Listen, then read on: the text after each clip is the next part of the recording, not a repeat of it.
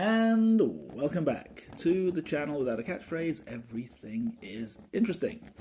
And today B is for Benin, babies in Belgium. So let's get started.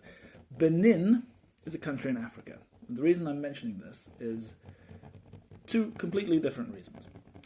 The one thing is that countries in Africa have, for whatever unfortunate reason, they have the shall we say, reputation of being failed states in some sense. Now, that is not fair, and it's also really generalizing, but it's not completely incorrect to say that Africa has had a lot of challenges with figuring out what it means to have a government. And this is unsurprising for the simple reason that Africa didn't have any sort of chance to develop an evolution of democracies.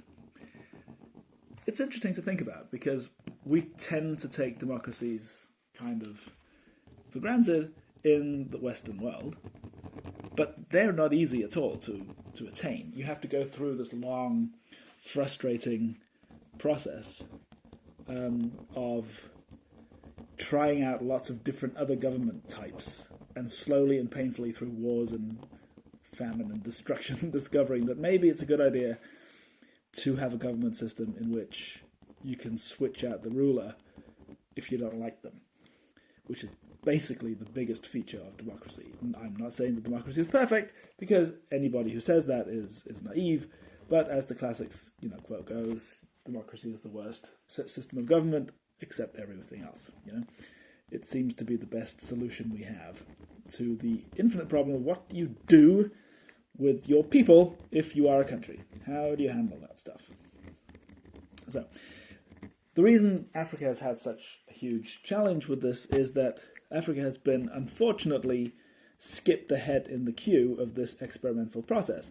If you look at the European countries, they've all gone through weird monarchies and terrible rulers and lots of stupid ways of doing things in history through hundreds of years, and then landed on democracy everywhere, pretty much. Whereas Africa went almost directly from sort of tribal societies into colonial systems where European countries just landed on them and said, hello, now you are part of our country with all the culture that we have and you have no idea what's going on. And unsurprisingly, that doesn't work very well, so those systems of colonial government collapse, and then you have this country which looks at itself and says, wait, well, okay, hang on a second. We can't really go back to being tribal because we have been exposed to all this Western-style democracy kind of ish imperial rule, but we haven't actually had all this experience with why all the other systems of government go wrong, so let's try some of the other systems of government. And what tends to happen, sadly, in these post-colonial countries, not only in Africa, but wherever there has been colonies, it tends to go in the direction of some form of totalitarian governance which makes life miserable for everyone who lives there, and then hopefully it lands on some kind of more mature democracy in the end, right? And we're basically still in the post-colonial problems in the world. We're still living from that. So Benin is actually a really nice example of something which has gone through that process in record time and done pretty well for itself. I mean, it's almost a model of democracy when you look at West Africa. It's in West Africa. It has a little coastline in West Africa, which immediately means that you should be worried about what it used to be doing in the 16th and 17th and 18th centuries, and you would be right. It's been slave trading quite a lot, which is never good for either side of that, obviously. So Benin has a pretty dark history of slave trading, but they stopped, of course.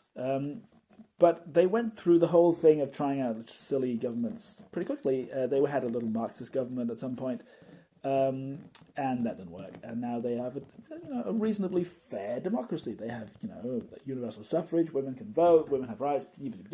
It seems reasonable, right? Now the reason I bring this up is that we are not that adaptable as humans.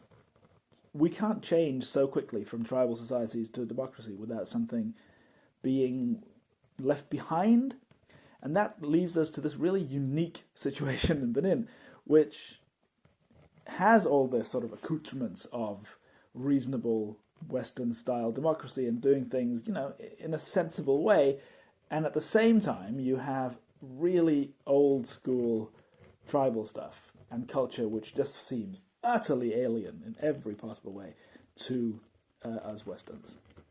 And that's why it's interesting, right? One thing that people tend to know about Benin is that it has voodoo.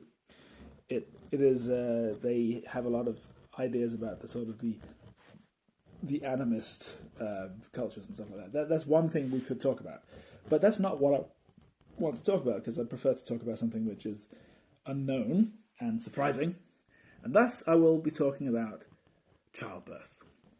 Yes, childbirth in Benin. The topic on everyone's lips.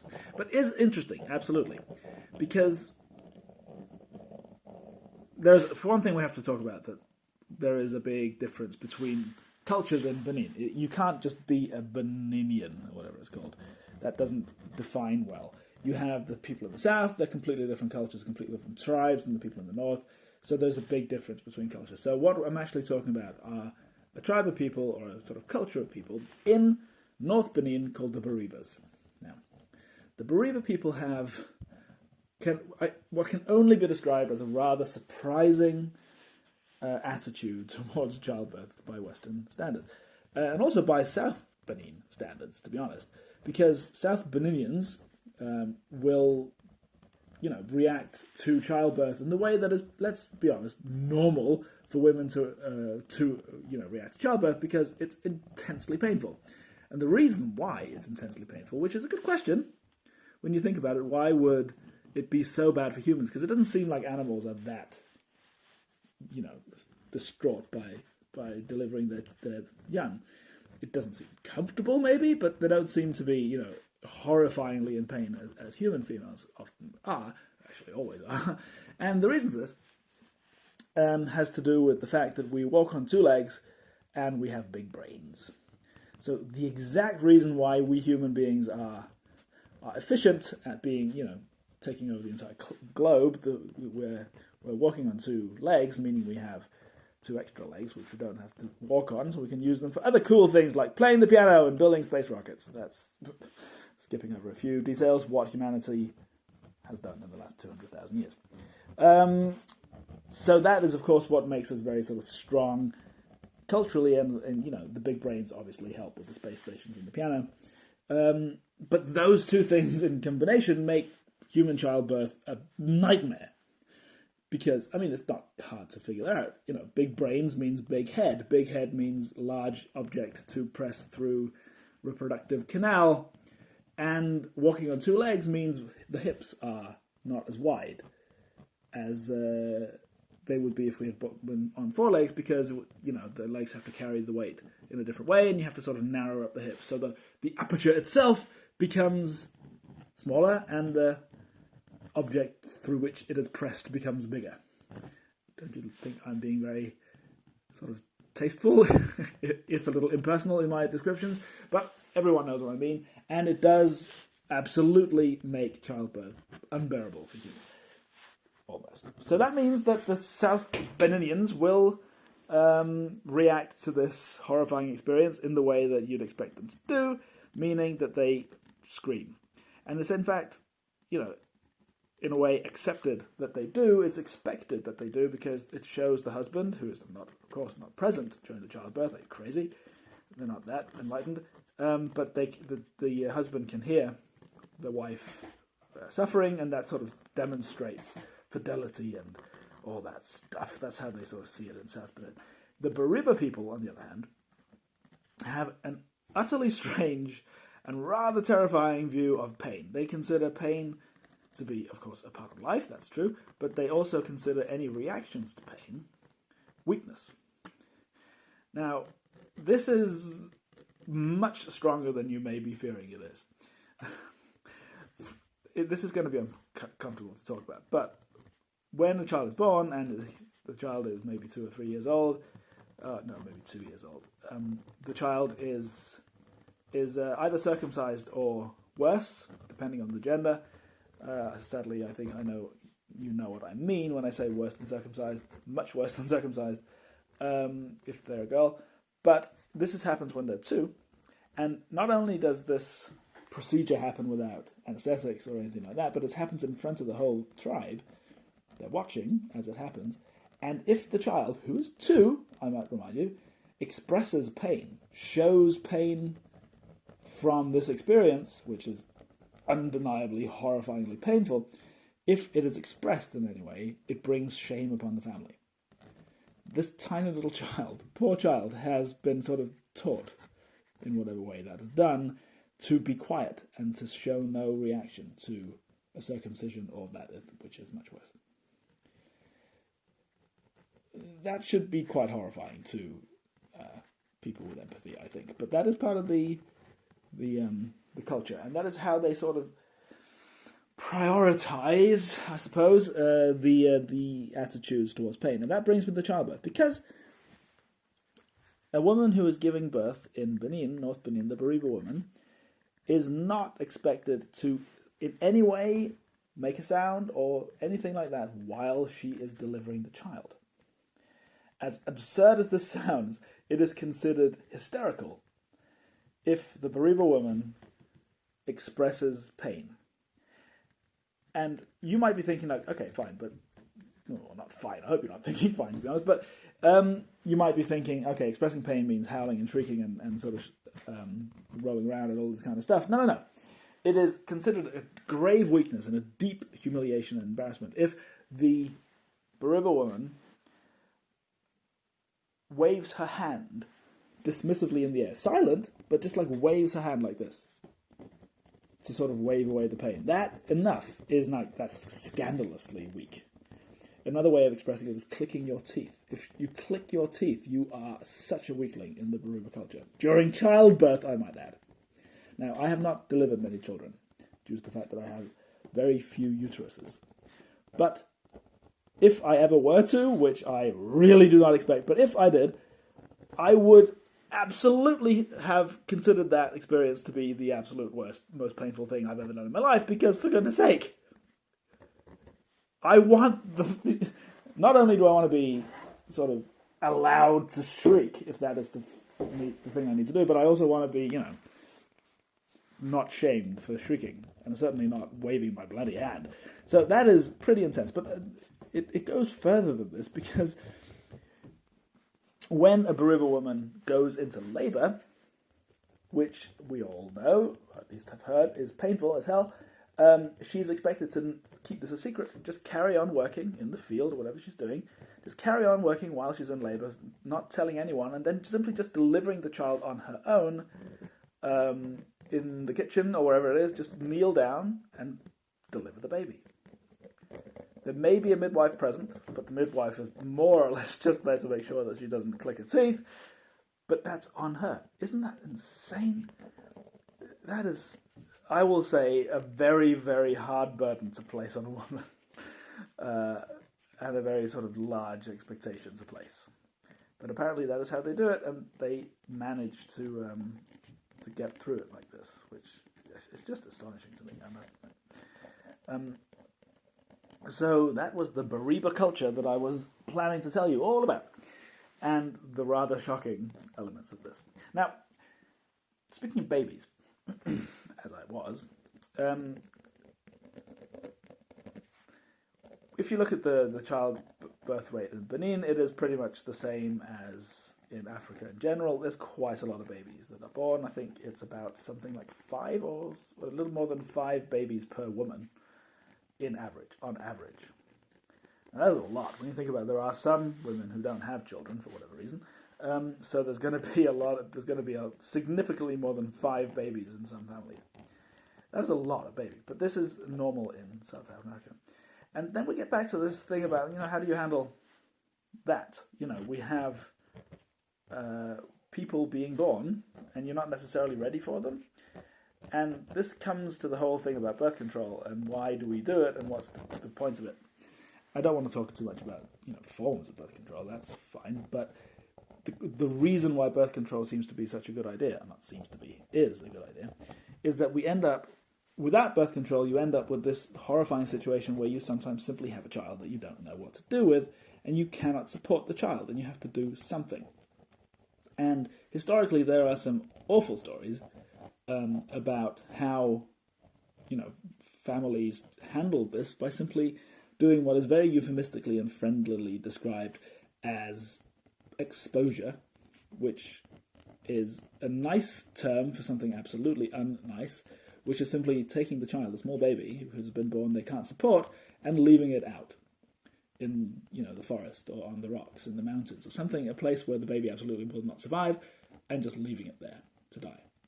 And this has happened way too much in human history, and it's simply because of desperation. You cannot... you can't imagine, we're human beings, for goodness sake. You can't imagine that this is in any way easy for the parents to do.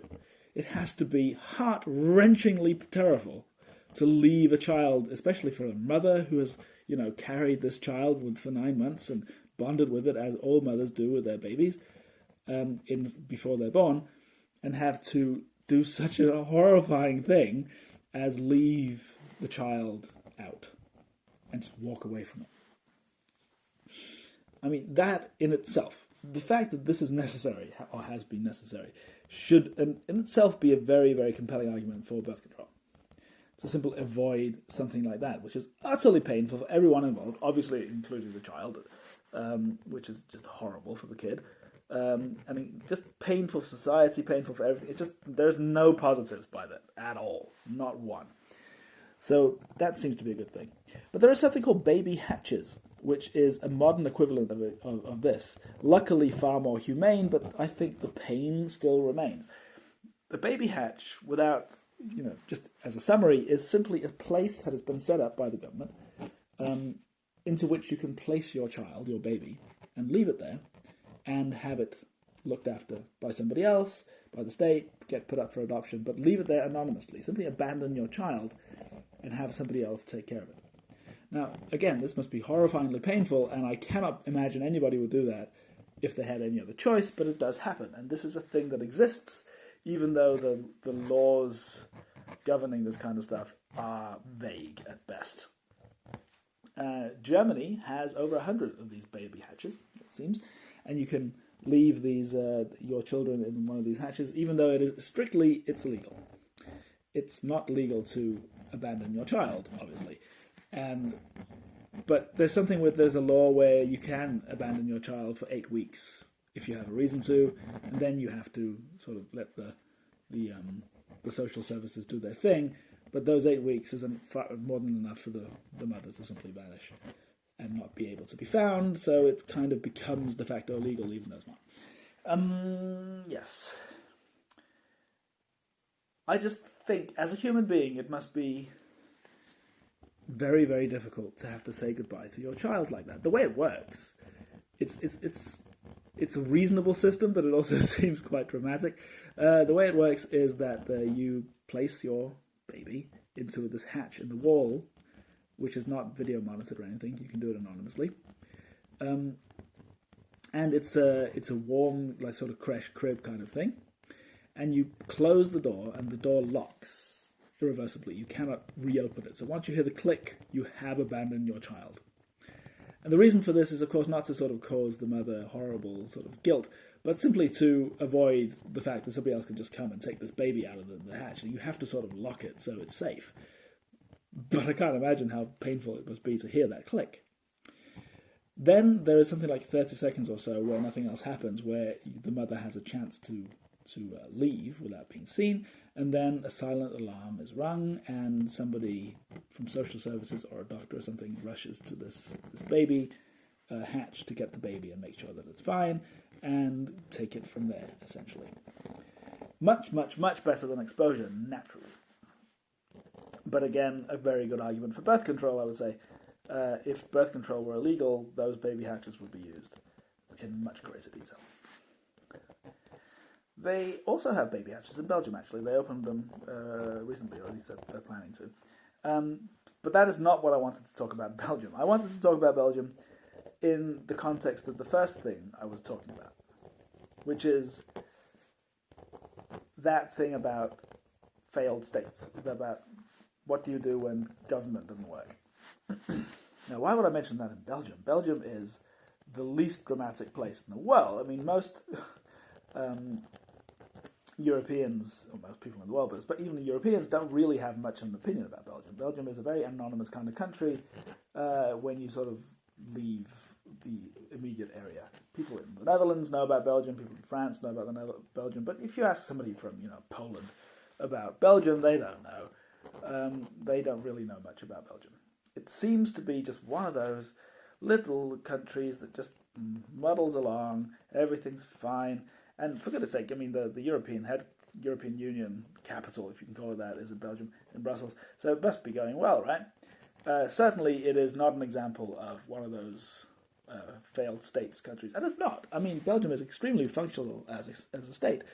But Belgium does have something rather interesting about it, which is that it seems to have a huge problem having a government at all. It's recently got a government. I don't even know. Has it got a government yet? I don't even know. But it has been without a government for more than a year at this point. And let's just let that sink in. It's had no government, which is weird. Like, it had people who were sort of like ready to handle sort of emergencies. Once COVID broke out, they sort of said, okay, you guys can make decisions for Belgium for like 3 months, but that's it, because you're not actually in charge of anything, because we don't have anybody in charge. We're just like muddling along without a government. And it seems like, how does this happen? And it turns out this is not at all the first time Belgium has been in this situation. Belgium actually holds the world record for the longest time without a government, something like almost 2 years back in 2010, I believe. It was just nobody was in charge, it seems. But of course, the bureaucracy is rolling, everything works anyway, but they just couldn't figure out who was supposed to run this place. Now, why is that? How can a place, for one thing, how can it run without somebody being the prime minister? It seems counterintuitive to us. Like, for instance, the US has this highly sort of concerned system in which there must never be an interregnum. There must never be even a single second without the president in charge. They have like down to the minute when the power is transferred between presidents. It's all planned out in high detail. It seems to us as Westerners that you just can't have even a day in a modern state without there being somebody in charge of it. It just seems like that would be immediate anarchy, right? Well, Belgium is the counterexample to that, because like 2 years, nobody's really in charge, but everything just rolls on anyway, because the bureaucrats are there and everything's fine, and the decisions will get made and the laws are still in place and yada yada yada. Deeply undramatic as everything else in Belgium often is, from the outside at least, but from the inside, it has been quite the roller coaster. Because what you need to know about Belgium is that Belgium suffers from a language line, a cultural border, smacked straight through the country, which is in many ways just as powerful and just as intense as those cultural borders in Africa, which have been divided by just lines on a map by the colonials. Belgium has never been colonized. The irony of, you could imagine them being colonized by an African nation. That would have been a nice little switcheroo, but no. They haven't been colonized by anybody. But they do have this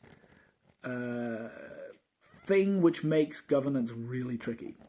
And that is that there are borders, cultural borders in Europe, which don't necessarily line up with country borders. And those are linguistic borders, which are ancient. We're talking 2,000-year-old linguistic borders, which stem all the way back from the Roman Empire.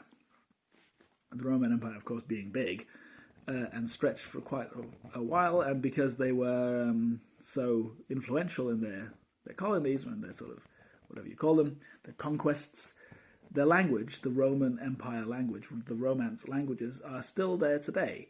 Romance languages are things like French and Italian and Spanish and Romanian and stuff like that. They are still spoken in those areas. And the bits of Europe which the Roman Empire never really reached speak other languages, mainly Germanic and Slavic.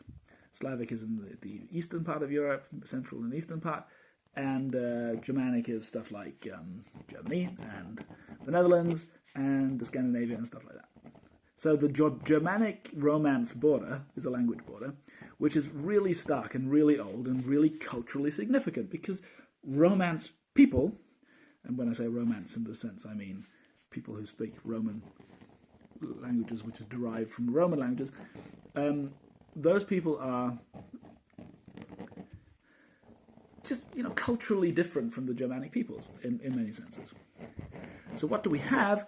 Well, we have Belgium, where this cultural border smacks right down through the middle of it. We have the Flanders, which is the north bit, and we have Wallonia, which is the south bit. Flanders speaks Dutch, which is a Germanic language, and Wallonia speaks French, which is a Romance language. And this is the cause of all the trouble, because that cultural border is very significant. It means a lot, and it has a huge impact on the politics of the country, because if you look at that election more than a year ago, which is still kind of up in the air because they can't figure out who's going to run the place, the people who voted, or at least the parties that were voted for, are very different in the Germanic part and the French part. The Flemish part and the French part, let's put it that way, in Flanders and Wallonia. If you look at the Wallonian politics, it's kind of left-wing, it's socialist. Most people there voted for a sort of a left-wing French-style socialism, for, many reasons, I suppose. Whereas the Flanders area voted for very right-wing stuff. Like, we're talking far-right stuff. They got a lot of votes. Something like 20% of the vote went to a far-right party. And far-right parties are not really welcome in European politics for many reasons. They tend to have a pretty bad history, and they're not really considered to be acceptable political parties. But you have to deal with the fact that so many people voted for them in Flanders, that it's, you have to sort of give them a spot at the democratic table. And, there was this whole thing about, what do we do? How do we sort of make this coalition work? And how the hell do we get this to function? And the problem is that you have to get these two cultures, which, are separated by 2,000 years of history, to somehow form a coalition government in a democratic society. And they just can't. They just couldn't. And they still can't, I don't think, make it work. So it's in sort of a really weird non-failed way, it's a failed state. It's not failed at all. Belgium's working completely fine. But the democratic system, which we just kind of assume works well, doesn't work very well because of this ancient cultural thing. So in this end of this episode, because I've only got 2 minutes left, let's just talk a little bit about bilingualism and babies, because why not? Because obviously Belgium, from what I just said, is a bilingual country. They speak Dutch or Flemish, which is very similar to Dutch, and they speak French. So I don't know actually. I actually don't know how many Belgians speak both. I really don't. But I'm sure there are some. At least the country in itself is bilingual.